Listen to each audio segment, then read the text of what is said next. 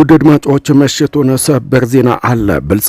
የብልጽግና ሹማምንት የሆኑትና አብይ አህመድ ከፍተኛ ስጋት ውስጥና አጣብቂኝ ውስጥ መግባታቸው ሲገለጽ አብይ አህመድ በማንኛውም ሰዓት ስልጣናቸውን ሊያጡ እንደሚችሉ ተገልጿል። ይህም የሚሆነው የፋኖን ኃይሎች የትጥቅ ትግል ተከትሎ ስለመሆኑ ምንጮች ገልጸውልናል። ውድ አድማጮች የምታደምጡት አለ። በዕለቱ በመላው የአማራ ክልል ከተሞች በፋኖና በአገዛዙ መካከል መጠነ ሰፊ ውጊያ እየተካሄደ እንደሚገኝም የተገለጸ ሲሆንም አብይ አህመድ የሚተማመኑባቸው የአብይ አህመድ ቀኝ እጅ የሆኑት ከፍተኛ አዋጊ በፋኖ ኃይሎች በተፈጸመ ጥቃት ስለመደምሰሳቸው እንዲሁ ተሰምቷል። በዕለቱ በሸዋ፣ ወሎ፣ ጎጃምና ጎንደር መጠነ ሰፊ ውጊያ ተቀስቅሷል። የብልጽግና ሹማምንት የሆኑትና አብይ አህመድና እነ ሽመልስ አብዲሳ የፋኖ ኃይሎች ከአቅማችን በላይ ሆነዋል፣ ጽንፈኛው ቡድን ከግብጽ ጋርና ከሻቢያ ጎን ተሰልፎ ኢትዮጵያን ሊበትን ነው ሲሉ በ4 ኪሎ ቤተ መንግስት ባካሄዱት ዝግ ስብሰባ ስለመገምገማቸውም ተሰምቷል። ውድ አድማጮች ከኛ ጋር ስትቆዩ እነዚህንና ሌሎች ሊደመጡ የሚገባ ወሳኝ ሰበር ዜናዎችን የምናስደምጣችሁም ነው የሚሆነው። እንዲሁ ደግሞ የጠቅላይ ሚኒስትር አብይ አህመድ አማካሪና ቀኝ እጅ የሆኑትም ዲያቆን ዳንኤል ክብረትም ስልጣናቸውን ሊያጡ እንደሚችሉ ስንሰማ አቶ ሽመልስ አብዲሳና እንዲሁ የሶማሌ ክልል ርዕሰ መስተዳደር የሆኑት አቶ ሙስጠፌ መሐመድም ከፍተኛ ግጭት ውስጥ መግባታቸውም ነው የተገለጸው። አቶ ሙስጠፌ መሐመድ ኦሮሞ እየተስፋፋ ነው በሚልም ከአቶ ሽመልስ አብዲሳ ጋር ግጭት ውስጥ ገብተዋል ተብሏል። ውድ አድማጮች ቪዲዮአችን ለብዙሃኑ እንዲሆን የላይክ በተኗን እንድትጫኑ እናስታውሳችኋለን። ሰላም ጤና ይስጥልን ውድ አድማጭ ተመልካቾቻችን እንደምን አላችሁ? ዕለተ ማክሰኞ አመሻሹን ሊደመጡ የሚገባ ወሳኝ የሰበር ዜናዎችን ይዘን ተመልሰናል። የብልጽግና ሹማምንት የሆኑትና አብይ አህመድ ስልጣናቸውን ሊያጡ እንደሚችሉ ተገለጸ። የፋኖ ኃይሎች የትጥቅ ትግልን ተከትሎ በከፍተኛ ሁኔታ ስጋት ውስጥና አጣብቂኝ ውስጥ የሚገኙትም የብልጽግና ሹማምንት የሆኑትና አብይ አህመድ ስልጣናችንን ልናጣ እንችላለን በሚልም ከፍተኛ ስጋት ውስጥና አጣብቂኝ ውስጥ እንደሚገኙ ተገለጸ። በተለይም ደግሞ የኦሮሚያ ክልል ርዕሰ መስተዳደር የሆኑት አቶ ሽመልስ አብዲሳ የፋኖ ኃይሎች ስልጣናችንን ሊቀሙን ነው ሲሉ የተደመጡ ሲሆንም የፋኖን ኃይሎች በተመለከተና በመላው የአማራ ክልል ከተሞች እየተካሄደ የሚገኘውን ውጊያ በተመለከተ እነ አብይ አህመድና እነ ሽመልስ አብዲሳ ጥብቅና አስቸኳይ ስብሰባ ስለመቀመጣቸው ተሰምቷል። ከዚህ ቀደም ጽንፈኞችን አጠፋን ደመሰስን፣ ጽንፈኛው ቡድን አያሳስበንም ሲሉ የቆዩትም የብልጽግና ሹማምንትም አሁን ላይ ደግሞ የፋኖ ኃይሎች ከአቅማችን በላይ ሆነዋል፣ ጽንፈኛው ቡድን በማንኛውም ሰዓት መሃል አዲስ አበባ ከተማ ሊገባ ይችላል በሚልም ግምገማዎችን ማካሄዳቸው የተገለጸ ሲሆንም ፋኖና ሻቢያ በአንድነት ተቀናጅተው አዲስ አበባ ከተማ ሊገቡ ነው፣ ጽንፈኛው ቡድን በማንኛውም ሰዓትም እንደ ፍላጎታቸው የምኒልክ ቤተ መንግስት ሊገቡ ይችላሉ በሚል በአገዛዙ በኩል ተገምግሟል።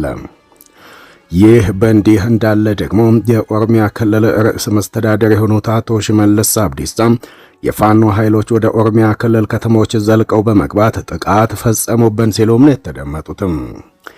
አቶ ሽመልስ አብዲሳ ጽንፈኞቹን ቡድን ለማጥፋት ያለ የሌለ ኃይላችንንና አቅማችንን ተጠቅመናል፣ ያም ሆኖ ግን የፋኖን ኃይሎች ማጥፋት ተስኖናል ሲሉ የተደመጡ ሲሆንም ከዚህ ቀደም ነፍጠኞችን ነፍጣቸውን ቀምተን እኛ ታጠቅን ቢሉ አሁን ላይ ግን የፋኖ ኃይሎች ከአቅማችን በላይ ሆነዋል። ጽንፈኛው ቡድን በውስጥና ከውጭ ከሚገኙ ኃይሎች ጋር በመናበብም የአብይን ስልጣን ሊቀሙ ነው። አብይ ላይ መጠነ ሰፊ ዘመቻ ተከፍቷል። የኛ የምንላቸውና ለኦሮሞ ሕዝብ እንታገላለን ብለው የሚሉ ፖለቲከኞችና አክቲቪስቶችም ጽንፈኞችን እየደገፉብን ነው ሲሉ የወነጀሉትም አቶ ሽመልስ አብዲሳ ናቸው።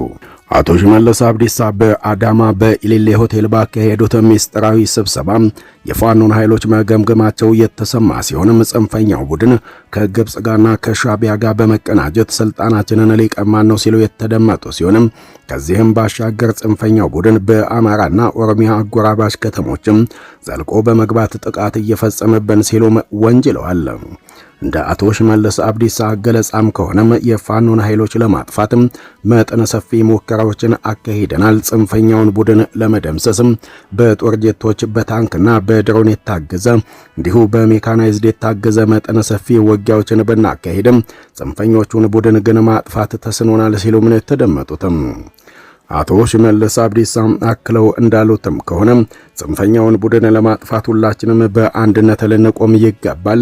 ምክንያቱም ደግሞ የብአዴንና የአማራ ብልጽግና ባለስልጣናት በአጠቃላይ የጽንፈኛው ቡድን ተላላኪዎች ናቸው በማለት እየወነጀሉ ሲሆን እንደሳቸው ሐሳብና ስጋት ከሆነም በኦሮሚያ ብልጽግና ውስጥ ተሰግስገው ጽንፈኞችን እየደገፉብን የሚገኙ አካላት አሉ ሲሉም ከሰዋል።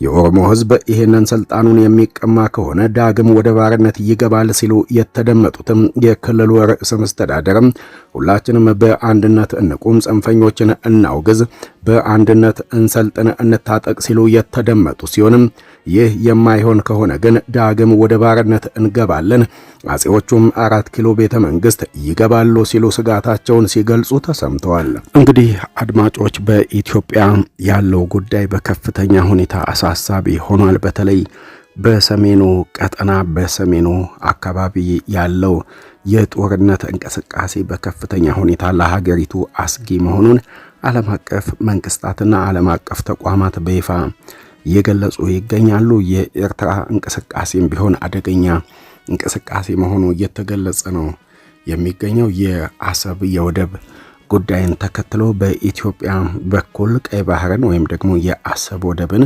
በጉልበት ወደ ኢትዮጵያ እናስመልሳለን በሚል መጠነ ሰፊ የጦርነት ዝግጅቶች እየተካሄዱ በሚገኙበት በዚህ ሰዓትም ወደ ኤርትራም ደግሞ የኤርትራው ፕሬዝዳንት ኢሳያስም ቢሆኑ የኢትዮጵያ መንግስት የሚታመን አይደለም፣ በማንኛውም ሰዓት ጦርነት ሊከፍትብን ይችላል ከሚል ስጋት የተነሳ ከፍተኛ ዝግጅት እያካሄዱ እንደሚገኙ እንዲሁ እየሰማን የምንገኘው። ሌላው ደግሞ በከፍተኛ ሁኔታ የኢትዮጵያን መንግስት አሳሳቢ የሆነው ዋነኛው ጉዳይ ደግሞ የኤርትራው ፕሬዝዳንት ኢሳያስ የቀይ ባህርን ኢትዮጵያኖች ሊቀሙኝ ነው፣ የብልጽግናው አገዛዝ ቀይ ባህርን ሊቀማኝ ነው በሚል ስጋት የተነሳ በኢትዮጵያ ውስጥ የሚገኙ ታጣቂ ቡድኖችን በአጠቃላይ እየደገፉና እያስታጠቁ እንደሚገኙም ነው እየሰማን የምንገኘው። የኤርትራው ፕሬዝዳንት ኢሳያስ ከፋኖ ኃይሎች ጋርና እንዲሁ ከቲዲኤፍ ኃይሎች ጋር በቀጥታ ግንኙነት እንዳላቸውም እየተገለጸ ሲሆንም ከኤርትራም እንዲሁ ትልልቅና ዘመናዊ የጦር መሳሪያዎችም ለፋኖ ኃይሎች እየተላኩ እንደሚገኙም ነው የተሰማው። ሌላኛው ደግሞ ከሰሞኑ በሰሜኑ ቀጠና በትግራይ አጎራባች ህወሓት በሁሉም አቅጣጫ ጦርነት መክፈቱ የሚዘነጋ አይደለም። የህወሓት ኃይሎች በወልቃይት፣ በራያ፣ በአላማጣን በመሳሰሉ በአማራና በትግራይ ህዝብ መካከል የወሰን ጥያቄዎች አሉ በሚባሉ አካባቢዎች ዙሪያ ላይ መጠነ ሰፊ የጦርነት ትንኮሳዎችን ከሰሞኑ ፈጽመዋል። ይህንን ተከትሎ እንግዲህ በፌዴራል መንግስቱ በኩል ምላሽ እንደተሰጠበት እየሰማን ነው የምንገኘው። እንግዲህ ውድ አድማጮች ስለምትከታተሉን ከልብ እናመሰግናለን። በቀጣይ ቪዲዮቻችን እስከምንገናኝ ሰላም ሁኑልን።